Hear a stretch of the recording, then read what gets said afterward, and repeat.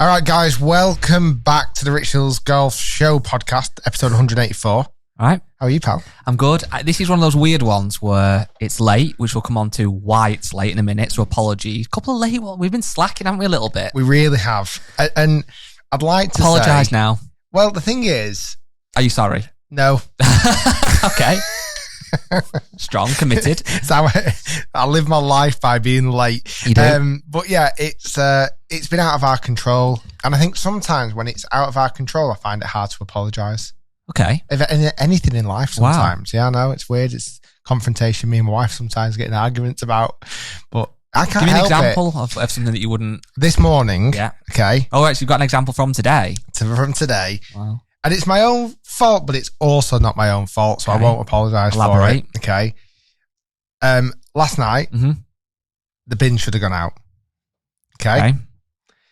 At 11:30, I'm on my phone scrolling. My wife had gone to bed. Standard. I'm, catching up on the day because we'd had a busy couple of days. You didn't have chance or yesterday to scroll, did you? We've had a busy couple of days, and I was like, right, I'm getting tired now. I was like, oh no, got upstairs. I was like, oh no, the bins. I was like, I can't be asked doing it now. Do you know what I mean? I'm not doing it now. No. It's bedtime. Yeah. So I set my alarm for 6 o'clock. I was going to get up and go for a run. And do the bins. 6 o'clock came, turned my alarm off, went straight back to bed. Okay. So you missed your run. So far, I'm not putting any of this emphasis on me. Okay. So don't know how. Just anybody's. Okay. But the universe. Somehow it's not mine. And then I thought, well, I'll get up in the morning. So I took the kids to school this morning. I thought, nice little treat. I've been away for a few days. I'll get to take my kids to school. And I thought, as I was getting ready, I was like, the bins, oh crap. At this point, it's 8:30, okay? I'm panicking. I'm rushing around. I'm trying to get the kids ready, okay? I'll go do the bins quickly. So I leg it outside and start doing the bins. And literally, as I'm putting the bins out, the bin guys were driving off because they've done the collection for that day. I blame, personally, the bin people for coming pre-9 a.m. Yeah. They're, in my opinion, they're early. I'm not late. You know what I'm having visions of here, though? This is episode 184, right? There's a bloke who's been listening to this for 3 years, 4 years nearly. He's telling his mate, John, I've listened to Rick Shiels' podcast. I've not got the time. Go on, listen. Eventually, after Give it a go. 3 years of persuading, his mate, Mark, has finally gone, you know what? I've got a long drive. I'll put Rick Shiels' podcast and I'll start his most recent episode. Why would you not? And there's you talking about your bins. I'm blaming the bin man. Blaming the bin man. They should apologise for being, in my opinion, they were early. Yeah. So why didn't you last night, though? What was the reason behind that? It doesn't. None of that matters. Well, anyway, on that note, we can only apologise for Rick not only being late with his bins, but we've been late with the podcast. This should be out Wednesday, same day we recorded it. We'll come on to why we are a little bit late in uploading this shortly. But the hot news, and we have to touch on this, obviously, was the PGA Championship. Yes. And I'm going to apologise. I'm going to hold my hands up now because I did a tweet on Thursday, a bit of a silly tweet, I did it on purpose really, about the PGA being the worst major and being boring. Because typically, it is the one I'm least excited for, I'll be honest. Wow. I was wrong. Were you wrong? I was absolutely wrong. Have you deleted the tweet? No, I've not left it on there so we can all learn from our mistakes. It was a hell of a championship. It really was. It had a bit of everything. The early days didn't really excite me that much. Not many championships do the first couple of days, bar the Masters and the Open. Quite a lot of bad weather. Yes. A lot of bad weather. Tough golf course as well. Really tough. What did excite me about this tournament, though, and there'd been lots of talk about some huge named players really hitting form. Mm-hmm. And actually one of the normal favourites, not particularly being in form, with Mr. Rory McIlroy. So I kind of thought, I wonder if this is his one, because he's almost under the shadows a little bit at the moment. He's kind of not everyone's favourite to win. So kind of, is he going to sneak in and actually take a major victory after, is it 10 years now? He's not won a major. Well, it will be. It'll be the Open next year. It'll be 10 years, yeah. So I kind of thought he might have a chance here. But then you look at the calibre of player that's been playing so incredible at the moment. Then you throw in, again, we're only really seeing this now 4 times a year, where you see the PGA Tour players and the LIV players all competing in the same event. Not all of them, but the ones that are eligible to compete are competing against each other. And it proved for the first time, a LIV player who's actually signed currently on LIV has now won a major championship. Yes. Does it now give huge more credibility, kudos, status to LIV Tour? Yes. They've got 3 in the top 10. Simple as that. You've got the winner. Yep. We'll come on to, obviously, more depth. Brooks Koepka. So, I thought you were keeping it a secret then. It was. Brooks Koepka. Just in case. We've got Bryson DeChambeau, tied 4th. And then we had Cameron Smith, tied 9th. So, again, we talk about LIV a lot. And I think we have to. It's a genuine... Don't apologise for it. No, I think it's because we know that it's very polarising. And I'm conscious that whatever we say, I feel like we never... I mean, we can never be... how am I trying to word it? Whatever. So if I say something about LIV that I don't like, there's people in the comments who love LIV who start going, oh, you're against it. If I say something I do like, there's people in the comments who say, oh, you're now loving LIV. I need to forget about the people's comments and just say... The thing is, we certainly from my standpoint, and I know you're aligned to this, we're looking at it from a very impartial standpoint. Yeah. In the sense that it's not like, we are only allowed to go to PGA Tour events or we're only allowed to cover LIV, because I think a lot of, and this is might be where our platform being on YouTube and not needing to kind of answer to anybody allows us to speak about both very impartially, where you don't particularly get that on the TV broadcastings. No, because you have to be one or the other, really. You have to be. Yeah. I've actually spoke to Sky Sports presenters, not naming any names, who basically said they're almost not allowed to talk about it at all. There was a little bit of a conflict over the weekend with Brad Faxon and Brandon Chambly. Yeah. There's a bit of a confrontation there, which kind of just got brushed over. But yeah, I think that's so. I won't worry. Okay. We're looking at it from both sides as a product for almost. We're almost looking at it as a product for the listeners and viewers of the podcast and the channel. Well, there's 2 things it then does. It obviously does solidify the legitimacy of LIV when you've got 3 players in the top 10. It has to. That's the first thing. It must do. It must make LIV a stronger product if you've got a current major winner in Brooks Koepka, and obviously you've got a current major holder in Cameron Smith. He wasn't at LIV when he won the Open, but he now is, obviously. So they've got 2 of the 4 major champions. But also what it also does is, we know when these players sign to LIV, everybody, including us, was saying that the money is scandalous. They've gone for the money. And it was natural to then think that these guys wouldn't be as competitive because they've got all this money. They're only playing 3 days, having more time off. Are they actually going to practice? Are they as bothered? They've just done it for the money. Are the guys who are truly bothered about winning all committed to PGA Tour? You look at that. You can't win a major championship or come top 10 in a major championship for that fact without grinding, without practicing, without obsessing about your golf game. There's evident to see, therefore, that from this, the guys like Brooks and Bryson and obviously Cameron Smith again, they must still be wanting to win golf tournaments. They must still be practicing and working on the diet and fitness and striving to improve. So actually, regardless of what you think about LIV and the money, where it comes from and how much they've got, and if it's too much, which it is too much, they're still hungry. You know what was interesting? Watching the Full Swing documentary now from Netflix, and certainly Brooks's episode, he could have very easily gone down the route where you might never heard of him win a golf tournament again. Mm-hmm. Quite easily, because certainly in that documentary, and have you heard about the news about this documentary as well, and his kind of approach in that episode? And he was quite moody, wasn't he? Apparently it was something to do with the actual draft picks that he'd done for like NFL or something. Oh, right, wow. Like basically he was just in a mood. Fair enough. Apparently he's come out and just said, I just wasn't feeling it. I'd picked some bad, whatever they do with the draft. So it's like America. when you do a podcast without doing the bins and you're in a mood about it. Similar kind of thing. But, he could have very easily kind of gone down this idea that's like, you know what, I'm making enough dough. I'll pick up some extra winnings. he's, like I say, he has definitely worked hard on his golf game. Again, when you think about golfers of this level, you do get golfers who hit the scene and for whatever reason, after a year or 2 years, go off the boil and you never hear of them again. That's a fact. We could use examples.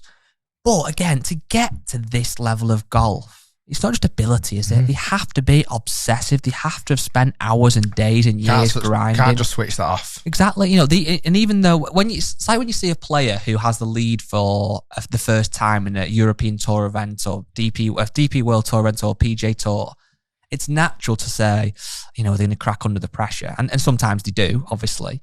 But equally, they've won events at a lower level. They've felt pressure before. They've worked with pressure.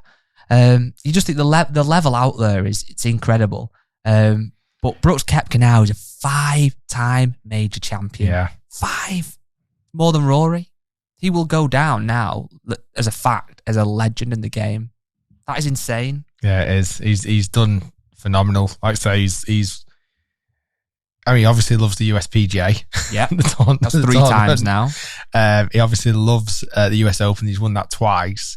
Yeah, it's a fact. He is up there with the greats without question. He's won the same amount as Seve, which Wow. is, you know, he's putting him into that bracket now. He's one behind Faldo. He's one behind Mickelson. He's one behind Lee Trevino. I think that's quite an interesting one, certainly in our lifetime. He's one behind Mickelson.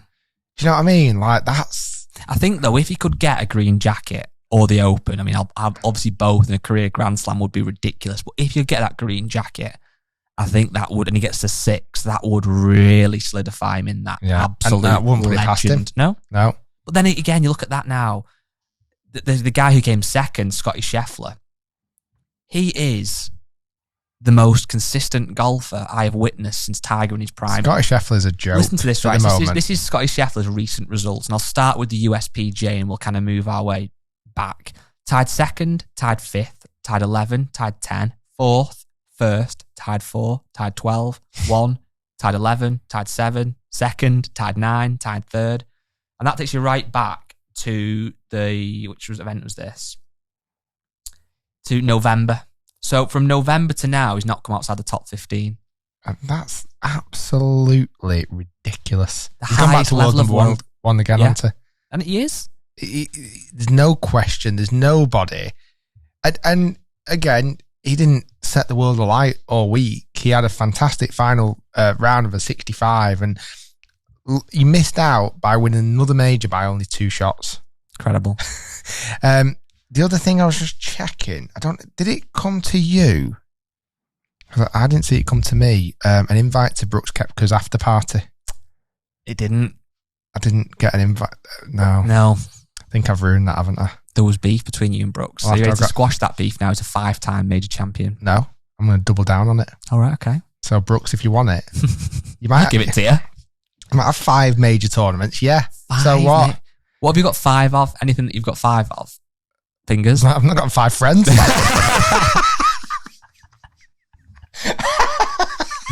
So Brooke pulls up with his 5 major championship trophies. What do you pull up with 5? Well, that's a good one. 5.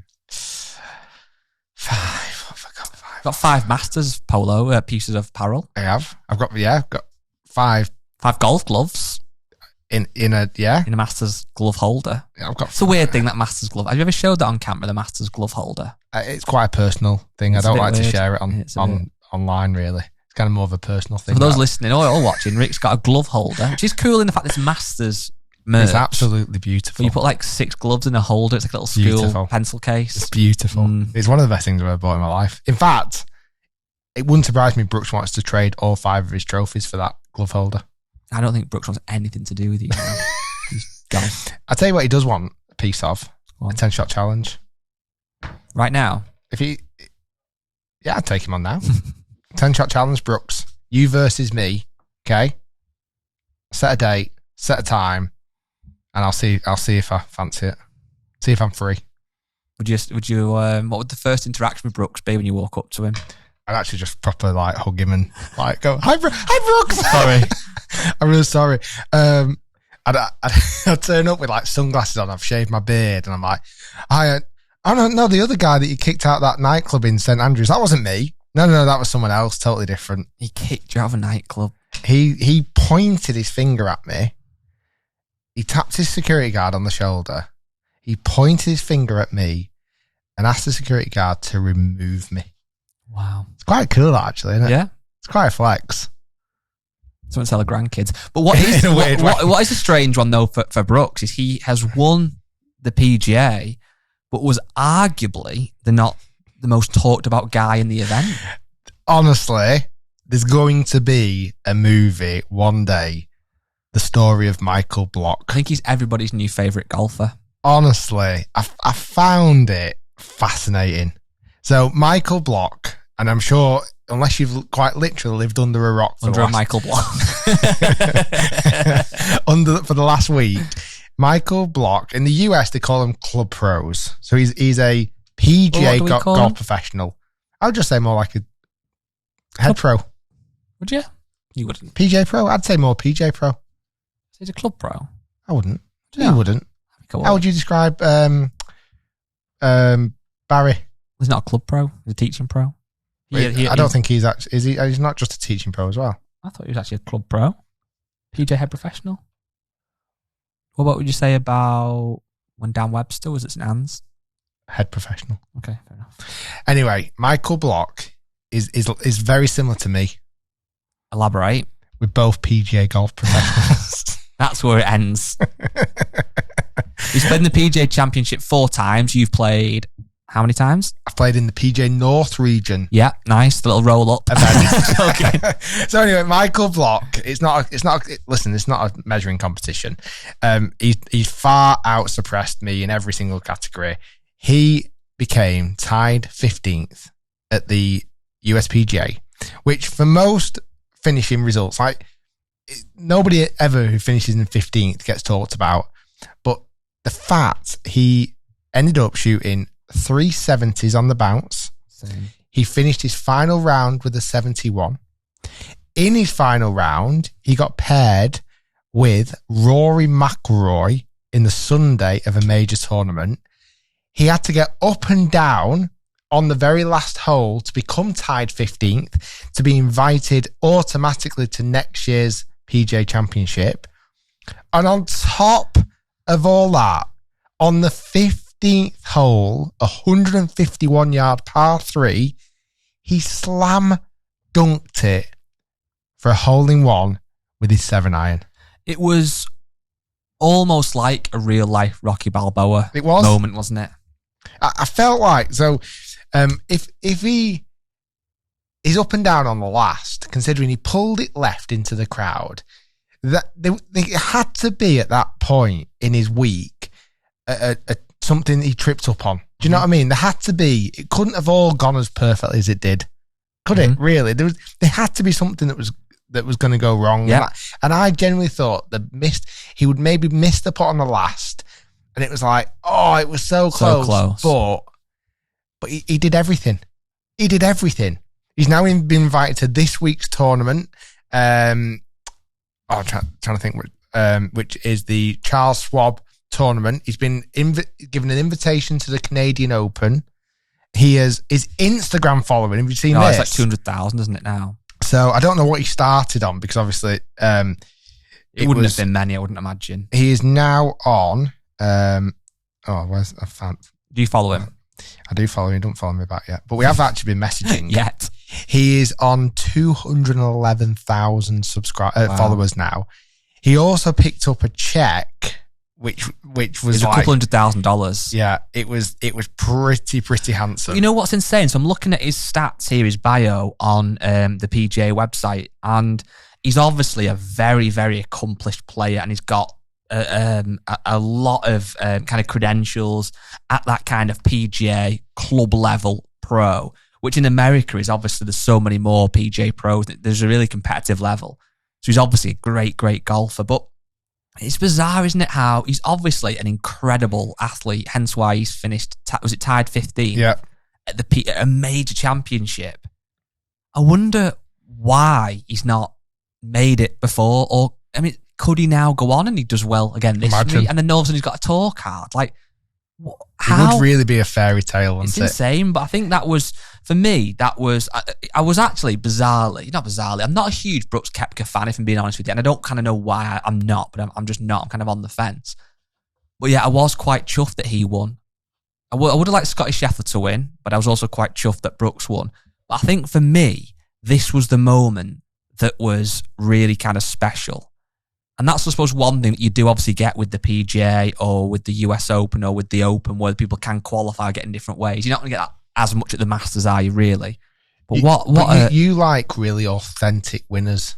Yes. Don't you? I do. So I think that's why Brooks, even though you might, whether you're a huge fan or not, he's in your authentic bucket. Yeah. He's allowed to win a major. He is allowed to. Do you get what I mean by that? I do. I like people winning tournaments that, I mean, to win a tournament, you have to be the best on that week. So it's irrelevant, I guess. But I like it when someone wins, you're like, yeah. You almost feel like they've got to be validated before they kind of win it, which I kind of get. And that's no disrespect to what the name's going to say now, but like Rich Beam when he won it, or when Todd Hamilton and Ben Curtis won the Open. Massive for them, so fair play. But, it's kind of like, and even sounds about Paul Lawrie when he won the Open, that can never be taken away from them. They deserve it. Of course they do. But I like it when, someone goes and wins the fifth like Brooks. It's that real dominance. What would have been interesting last year, your take on Scotty. I can't even remember what your take on Scotty was winning the Masters last year. Because I think at that point, I know he'd won just a little bit before it. Well, you got to win one to win the rest. That's the point, isn't it? But I suppose it's like when it's someone that's quite young, like when Tiger won the Masters or Scotty Scheffler's still pretty young. When they come out and win one, it's like, right, okay, this is the new guy in the block. But then again, it's a quite nice story if someone older goes and wins one. I don't know. I think it's established names that is who I want to see win the majors, really. So from the little sound bites I've heard from Michael so far, well, first off, he picked up $288,000. And the big thing was, he said he knows he can play golf like he did that week. He just happened to do it in a major tournament. Yeah. So he knows he can play that type of golf if he's going out with his buddies. And it's not like he went out. The golf course was tremendously tough, don't get me wrong. But it's not like he's shot like 9 under, like a 61. It was brutal conditions, and he shot 3 incredible level pars and then a 1 over par. And that's more impressive in a way. I know, exactly. Yeah. Don't get me wrong. But he said he can play that type of golf. What was really, really interesting for me, and we've picked up on from the coverage, he kind of generates the same amount of ball speed that kind of we do. Yeah. Like he's in the kind of low 160 miles per hour ball speeds, but he's still competing on a 7,400 yard golf course. I mean, that's pretty incredible. Do you think then if it was a course where you can just bomb it around, he'd struggle more then? Not sure. No, I'm not. It could have just been a perfect storm. That's what I mean, because it was long rough, it was thick rough, it was punishing. But yeah, what a story, and I think it's be interesting to see how he gets on. He's playing this weekend, I believe. Yeah. So I think it's going to be amazing. We're going to give you a little bit of a rundown. I don't mind saying we and looking at you. We're going to give you a bit of a rundown why we were a little bit late this week, because we actually had a little flight out. We went to Denmark, which is very random in itself, isn't it? When you think about all the places in the world, we went to Denmark. It's not known for its golf. No. That's for sure, even though it does hold a few events there. What's it known for? 3 things. Legoland. Yes, good one. Mermaids. Right. And bacon. Yep. And the number 4th thing, Echo golf shoes. Echo golf shoes. Sorry, I couldn't resist. So we went to, very nice. We went to Echo headquarters, where we went to their global golf summit. And it was phenomenal. Yeah. It honestly, it was phenomenal. You've been wearing Echo now for probably 18 months or so. Yeah, An official ambassador for just over a year. And, I think the people that are listening and watching this, who watch regularly, and those guys and girls who are in the clubhouse, that Rick and we and the brand, we don't push things down your throat. So whenever Rick signs a deal, which isn't very often at all, select number of partners, it has to be the right fit. The products have to be perfect or as close to perfect. And it has to align with our kind of brand values. And let's be honest, Echo has been one that you have absolutely loved wearing for a couple of reasons. Firstly, the shoes look really good, which is important. Let's be honest, it is. Really important. They are incredibly comfy, which is the most important when you're walking around 4 or 5 hours when we're filming all day. And also, I know it sounds something that's a bit kind of gimmicky, but it is true. The actual performance of said golf shoe. Yeah. Again, it sounds obvious, but you wouldn't want to go to the driving range whacking driver in your dancing shoes that are slippy. You want traction, you want grips, you want that whole kind of marriage of everything. It's quite a hard thing to find. You found that in Echo. And we got invited out to have a tour of the facility, the offices, the factory, meet a lot of the staff face to face for the first time. And what a trip. Well, first off, lovely people. Yes. They were the whole vibe of the facility was fantastic. And I honestly couldn't believe how much went into the R&D of a shoe, of a golf shoe, and then the actual development of it. I mean, it is honestly mind-blowing. The attention to detail to make sure your foot is comfortable, protected, and giving you the best performance. Waterproof. It's. I wonder if a golf shoe is one of the hardest shoes to manufacture. Because think about it, if you're wearing a dress shoe, it's going to be looked good, hasn't it? The comfort comes secondary by a mile.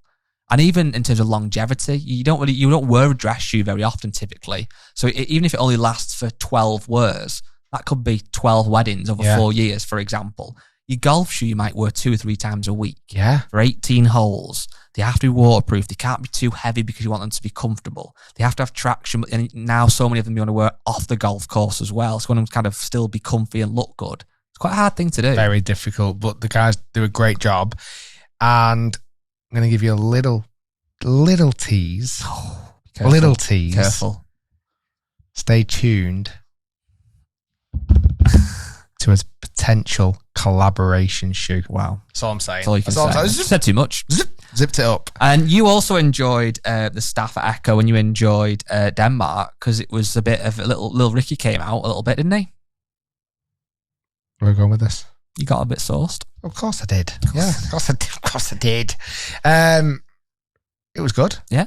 We had a for me, I think I'm quite good at creating games when drunk.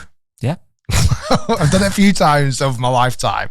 I get a bit bored now just kind of sitting there and drinking. Yeah. I can do it. If I'm forced to do it, I can do it. Bottle of red, you're forced to. But I prefer to be active and get a bit, something going. Larry. So we're outside. Unfortunately, the weather turned for the worst, but we had nice canapes out. And there was a few little chipping things. There was inside the actual golf headquarters section, there was a game called Chippo. And it's a bit like cornhole. Yeah. But for golf. You can imagine it. Yeah. So we had a little tournament. We had a few little challenges. We had a few, it was just good. That's how you know that your chipping's improved, that you wanted to do chipping in front of everyone. Oh, comfortable. I'd say I was one of the best. I had a good game when I was chipping. Yeah. Great. It was all right. Quite a pause. But it was good. And we also did a kind of impromptu, kind of live little bit of a podcast, actually. Oh, we did? It's not going to go down as a number because it was only to the... It's exclusive. To the Echo... 60 Echo employees. But you had to go on stage and do a bit of chatting. So we went on together, sat down, mic'd up. We did. We talked about the story. Yeah, it's good. It was not just employees. It was almost like key account holders and people who distributed etc. Echo shoes around the globe. So there was distributors from Australia and Canada and China, over in Asia, Japan. There was a Malaysian, someone from Singapore. It was fantastic. Yeah. Got to meet loads and loads of people, and the premise was everyone loved golf. Yeah, and everyone wants to continue to wear comfy golf shoes. Went to a Danish supermarket. That was interesting. You got the most. So we went to this Danish supermarket. I'm quite fussy with food, so although the food at the Echo Hotel was lovely, it was maybe not what I would eat. So we went to this supermarket. I got some Pringles, some chocolate digestives. That was his tea. That was my tea, my lunch and my breakfast. Yeah, and there was like a little bit of a cafe within inside this supermarket, and there's a bloke sat there, this massive plate of scran, which was French fries, chips. Yeah. Chopped up hot dog sausage and onions, dry as you like. Rick went, I'll have one of them. So Rick sat there. I just got normal chips, like a normal person. But it wasn't dry. You destroyed it with ketchup. It was the most weird. It was like a hangover meal, wasn't it? Well, it was. You were hungover, actually. It was ideal. It was too much food, granted. I actually think it might have been a sharer portion, but it was bloody good. Yeah, I was dead into it. So we flew home yesterday. Hence why we couldn't do a podcast. But we back straight in, ready to do another podcast. I think again next week's might be slightly delayed because it's bank holiday on the Monday. So honestly, the UK at the moment, if you live outside, the amount of bank holidays this country's having at the moment is a joke. I'm getting destroyed by my wire. There we go. Yeah, it's a joke. Also something. So I played golf at the weekend. Oh yeah, you know about this. I played at your friend of mine, JCB. It's funny you come on to that. I've got to talk about something. Correct. I'm not stupid, Rick. I'm not. It's all done for a purpose. So you're saying these are planned? Yes, a little bit. Yeah, so I have been promising for a long time that I would treat my brother to a game of golf at somewhere good that we filmed at that are very kind. They said, "Oh yeah, Guy, come back anytime." So I thought, yeah, I will come back anytime. Don't you want that? You just watch me. So I said, stop me. Yeah, exactly. So I said to him, would you like to play at your friend of mine, JCB? And he said, yes, absolutely. So I spoke to our good friend, Mark Addison at JCB, Golf and Country Club. And he said, of course you can play a Guy anytime. Just don't break the course record again. Oh, Christ, okay, fine, I won't. Invited my brother. He invited a couple of our old friends from the golf club. So a guy called Andy Butcher, who is a 4 handicap golfer, 3-4 handicap golfer, and a lad called Paul Howard, who I grew up playing with, who is a plus, I think, 4 handicap golfer. He's played in the Open at Troon in 2016. He won on Challenge Tour. He's now turned amateur again. Very good golfer. And we played a little 2v2, buggied up around JCB. What a delight. What a golf course and what a delight. You picked a nice day for it, didn't you? A very nice day for it. I played horrendous. Spraying it all over the place. Hit it the worst I've hit it in a long, long time. But had a great time. It's a good golf course. Yeah. I just sat in my house, just looked out the window. I was like, I'd love to play golf today. If only I was playing golf today. Yeah. I thought to myself, lovely day. Could just do with playing. On the phone to John Beasley, shouldn't you? Today. Andy Carter, like you know, when you sacked me off for Carter. I didn't bother playing. However, this year, the JCB Championship is back. It's bigger and it's better than ever. So the JCB Championship we went to last year had a great time. Yeah. So last year, I was very fortunate to play in the Pro-Am. Yes. With Big John Daly, and obviously we've realised why we couldn't film that in the end. But yes, I've been invited back to play in the Pro-Am again. Nice. I have been asked who I'd like to play with. Okay. So we need to have a little think about that because there's some absolute cracking players lined up to play in it this year. There really are. Such as... Hit me with a few. Darren Clark. Okay. Champ. Jim Furyk. Mr. 58. That's pretty good, isn't it? John Daly. Nice. I think he'll probably say no. Colin Montgomery. Legend. Ernie Els. Legend. DJ Singh. Legend. Thomas Bjorn. Legend. Retief Goosen. Legend. I'm trying to look at who else have we got in there. You've already said enough. I don't hear any more because there's too many. But Paul McGinley. So the dates, legend. The dates are 3rd till the 5th of August. That's John Van der Velde. Yeah, legend. It's Thursday to Saturday. But what's unique about this event and one of the things I'm a big advocate of? What are you laughing at? Legend. I don't actually know if all these are playing now. I'm just saying them. No. I think a lot of them are playing it. Tickets are on sale at the minute for £15 for an adult, which is insane value to go to JCB and see some of these superstars up close and personal. And it's a £5 for 12 to 17-year-olds, which is really good. And for under 12s, it's free of charge. So head over to really jcbchampionship.co.uk to book your tickets and find out a bit more about it. But on a serious note, it is a really good event to go to. My dad went last year, I think every single day, loved it. Some of these guys are the guys who I grew up watching. Your 2003 era, 2004 era were absolutely dominant, i.e. Ernie, Goosen, Monty, Furyk, etc. This event, it's a big event in a sense, but it's also really up close and personal. So if you want to go watch some of these guys, and honestly, they're still insane ball strikers. I'm sure last year someone shot 62 down the park. It was crazy. And if you want to take the kids and get in for free, absolutely worth doing. I believe you've got something else up your sleeve, though. I see it. Well, it'll be. It's up there. It's actually not on my. It's not under my. It's actually in his pants. It's in his trousers. Well, I'm glad you noticed. Down there. In your trousers. Be sensible with this. Stay tuned to my Instagram because there are some VIP, very important tickets that I am going to be giving away through my Instagram. Wow. So personally, I would buy your tickets anyway. Yep. Because like you say, it's unbelievable value. Yes. Like, unbelievable value. Then enter the tournament, which will be coming out later this week. Enter the competition to win VIP tickets. Yeah, how to do that? Follow the instructions on my Instagram, which is Shiels PGA. Correct. Then, if you win, if you're one of the lucky winners, well, win-win, because then you can invite a mate, sell him your ticket. 15 quid. Or sell it for more, make 20 profit. quid. Yeah, 20 quid. Sell it for profit. 20 quid. You come and go, oh yeah, let's go to JCB Championship together. Yeah. Okay, you're walking in and it's like, oh yeah, look, wow, this is cool. Who's there? You got VJ, Ernie Els, Colin Montgomery. Wow, this is going to be so cool. You both go in and then you say to your mate, oh, by the way, bash, I've got a VIP ticket.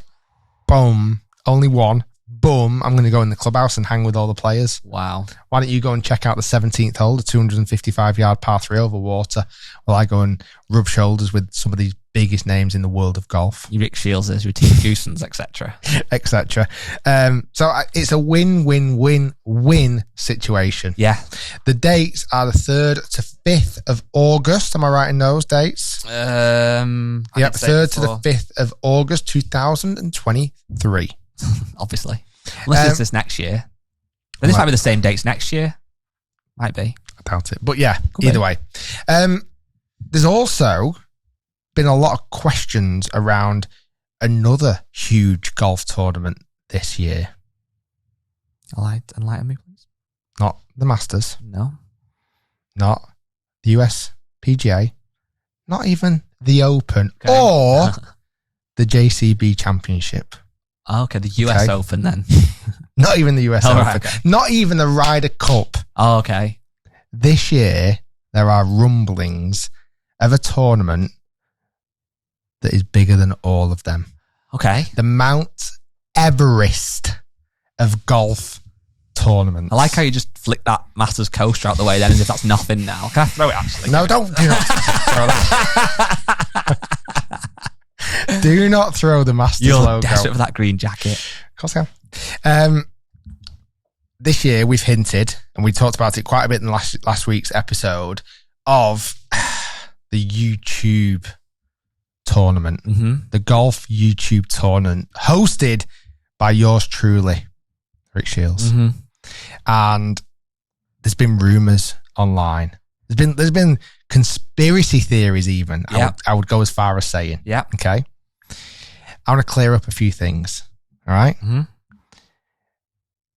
At the moment, we have still got plans to run the biggest golf YouTube tournament this year. There are still plans and conversations around how every single big golf YouTube channel will play in this huge golf tournament this year. I've heard online certain people can't come. Baloney. Baloney. There's conversations happening and bubbling and surfacing underneath underneath this laptop. In this laptop. There are conversations I'm looking at right now which would squash. Ow. Oh, wow. I actually thought it was going to be louder and softer.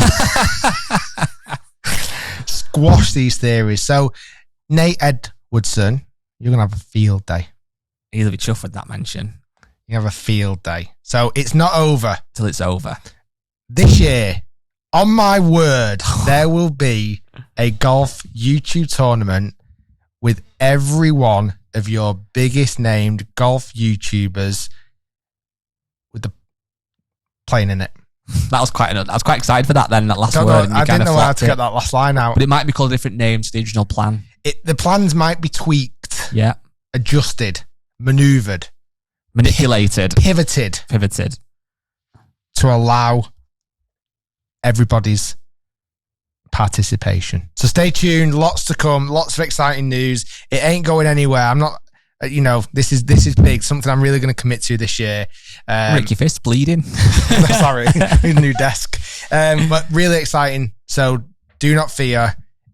My plan this year is to make the best golf YouTube tournament in the entire world. Cool. Good. Yeah, should be good. That. Look forward to coming. Thanks. Also, I've had a couple of What? coming? Oh yeah, joke. Rick's on the joke. I'm joking. I actually wouldn't want to come anyway. It's rubbish. Go for it. Go and watch some real golf at JCB Championship. We've had some great questions in from our clubhouse members at on, should I say, Facebook, on the Rick Shiels Golf Show podcast Facebook group. Join it. We're on about 90,000 members now. But you're not just a number. You're a friend of Rick's and an acquaintance of mine if you're on there. We also, though, we could do with a lot more good emails. We do get good emails sent through. Some are very long, which is great. We read them, but it's hard to then get them into a podcast when they're so long. We're also getting loads and loads and loads and loads of spam. For example, if I go on the inbox on the email now. You shouldn't keep using the podcast logo for all those dodgy purchases online. Yeah, but how else going to get... I'll leave that right. You let that one slide. Yeah. Yeah, it's just a lot of nonsense. So if you want to email us, it's very simple. It's podcast@rickshiels.com. I was going to say, you'll be the bigger man. That's the problem. Yeah. It always ends up going south, doesn't it? We start off professional, talking about the golf, and next thing we're talking about other things. Anyway, I've got a question from Ashley Armstrong, and he has said, any local knowledge to a few of the best hidden gem courses around the Manchester, Liverpool area? It's quite a tough one, isn't it? Not really when we live in the Manchester, Liverpool area. I know, but I think you can overlook sometimes where you live and not always know about the hidden gems. Yeah, but what hidden gem is, it's a hard one to understand, because I think when I hear someone say hidden gem, I think they mean not Royal Liverpool, Birkdale, etc. So anything just below that level. But is hidden gem not even below that level? I don't know, because like Wallasey, that's not a hidden gem, is it? No, true. Is it a gem though? Is it? Well, Stockport, could that be a bit of a hidden gem? Is it a hidden though? Yeah, but if you were just coming from Birmingham, let's just say, to play golf in this area, would Stockport be your go-to course? That's what I think's hard sometimes when you live in the area, to be able to separate the hidden gems. So we can't answer the question then. I don't know. Go on, give us one course that's in the. You can go more Liverpool side. I'll go more Manchester side. Oh wow! That if someone is coming from, let's say, Scotland, okay, and they're coming over and they're playing some of the big golf courses, and they go, "I've got a spare day. All right, don't want anything to break the bank, but I want to just go and play somewhere that's nice." Okay, you going first? Yeah, I would say one of my favourite little quirky golf courses. I'm going to struggle, actually. I'll tell you who I'm going to go with. This is a hidden gem. Knutsford Golf Club. Okay. I've never been. 9 holes, right near Tatton Park. It's always in really nice condition. Yeah. The flags are absolutely sensational, if they were still the same flags as what I was there last time. It's not a dead difficult hole, but some beautiful holes. Yeah, I think Knutsford is a little hidden gem. Fair dues. I don't know if this would class again. What I'm going to go with, and I've not played it for a little while, so I can't comment on current condition, but I used to like playing, was Heighton and Prescott. Okay, never played Quite fiddly. So there's only one par 5, but there's a lot of like holes, which I like. I don't think you're a huge fan of this, where it's like 4-iron wedge, but like shaping it off a tee. Oh, really? It's like hit it to that point, then you go that way kind of thing, which I quite like. I had mates that remembers there for a while, so I went through a couple of summers of playing quite a bit. And there was quite a few holes that I quite enjoyed and looked forward to. So I'd probably say Heighton Prescott's not a bad one. There we go. There's our recommendations. Yeah, very good. So we got to the bottom of what is a hidden gem, roughly. One question from Darren Stevens, which we've kind of answered, but he said, what's happened to the schedule? We'd love a regular time and day for the podcast and Break 75, but it seems to be all over the place at the minute. It is just down to a few things, isn't it? So hold our hands up. This week there was no podcast until today because we were away. I think just on that one particularly, and it's sometimes case by case, we knew that we were going to struggle to a podcast this week. Did we mention the back end of last week that we might be a day late? I can't remember. I feel like we did, because we knew the trip was coming up. The thing is if we can't do the Monday, typically we'll try and do the Friday before, won't we? Yes. But again, we couldn't have done Friday before because it was the Friday of the USPGA. Yeah.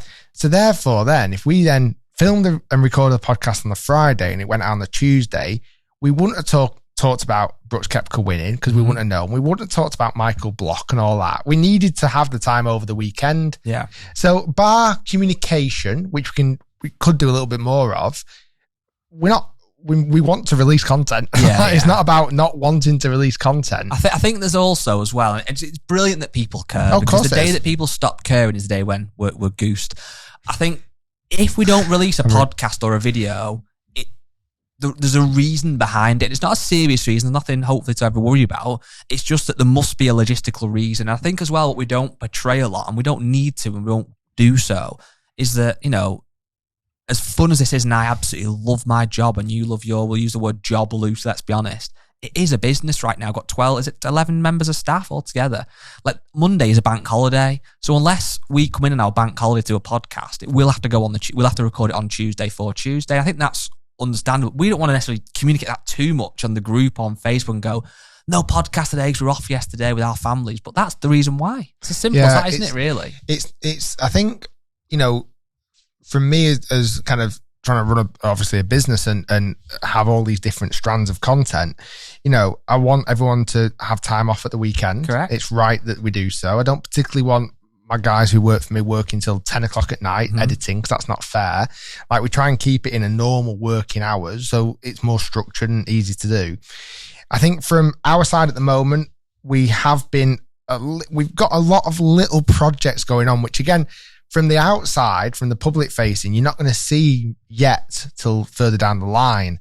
But a lot of logistical things go into planning and future proofing and all these ideas that we have. And sometimes then that takes a hit on filming. But this is what we're trying to get back to. We obviously want to release a podcast every single week on a Tuesday. That's the goal. Yes. We want to release, as a goal, 3 main channel YouTube videos every week. That's the goal. That's what we're aiming to get to. But with that, we look at Break 75. Very, very, very popular strand of content now, which is great. Thank you so much. But like, last week's episode was 1 hour, 28 minutes long. That takes a long time to edit. Yeah. So we are now finding that even though we're not releasing as many videos, because the videos often have got very much longer, in the past, that's probably the same time it would have taken to edit 3 videos. Yeah, will be. So, it's all of those things as well. And then what else was I going to say? Review channel. I know we've teased it a lot. We had literally at the last bits of actually pressing the record button on the review studio. That's how close we're getting now. And I know I think a lot of the time, and I can take responsibility for this, but I do it for the right reasons. I don't like sharing too much until it's done. Like, for me, because I like just making sure everything's right and then start like really shouting about it properly. And with the review channel, we shared it a bit too early, granted, and then we've not shared anything. Yeah. Like, there's not been a sneak image of the review studio or anything yet until it gets launched, because I'm quite protective around things like, because I want it to look really good. It's a bit like the YouTube tournament we're talking about at the moment. I've not released a lot of information about that yet because I want to get it absolutely nailed on, boxed off, done before we start really talking about it. So our endeavour and our promise to you guys is we are going to upload more, do a better job of it, and keep everyone happy. Promise? If I don't, I'm also not sorry though, because it's somehow not my fault. Yeah, exactly. Like the bins. So it all comes back to Rick's bins. So Rick will be lying in bed one night going, I'm not on the podcast, but it's fine. Do it in the morning. It's fine. Do it in the morning. It's Guy's fault. Yeah. Great. Well, just... Any more questions? Did we get some? We did, but I've kind of covered quite a few. Have you good? And I think that was a nice little bit of a recap on the PGA. Big shout out to everyone that has listened to every single podcast. We have now done 184 podcasts. So if you are in the clubhouse, you are a legend. To be in the clubhouse, it's simple. It's not hard. Listen to every single minute of every single episode, and you're in. Done. That was done at the same time then. Quite easy, isn't it? I mean, it's like, probably, if you committed to it, you could probably easily get it done in a month without doing anything else. Yes. Just sit in the house. Closed. In fact, no, technically you could do it in a normal episode, an hour. That's actually a lot of hours. 184 hours. 7 or 8 days. 9 days-ish. 9 days. So yeah, just non-stop for 9 days. Sit in an empty bath. Just with... Be quite cold. Oh, an empty bath. No water in it. Just listening. just listening. Rubbish, that, wouldn't it? Thanks, everybody. Stay tuned. Lots more to come. And we shall see you next week, Wednesday. Your hand is going to be destroyed off this episode. I don't know what's going on. Karate chopping now. It's gone from punch the death to karate chopping. I think I've got a bit of like tension. I don't do that again. I need to like smack things and whack things and do things. And anyway, next Wednesday, episode 185 will be released. Feet, I know. Fists. I can't even say it. I'm tense. I'm really tense. How are you going to relieve yourself? We're having a counselling session. Let me just sit down and I'll tell you all my problems. I'm not releasing enough videos. That's my problem. Here's your problem. It's your problem, that is. I'm also not putting any emphasis on myself. But anyway, okay. Thanks everyone. Bye. Cheers. Bye.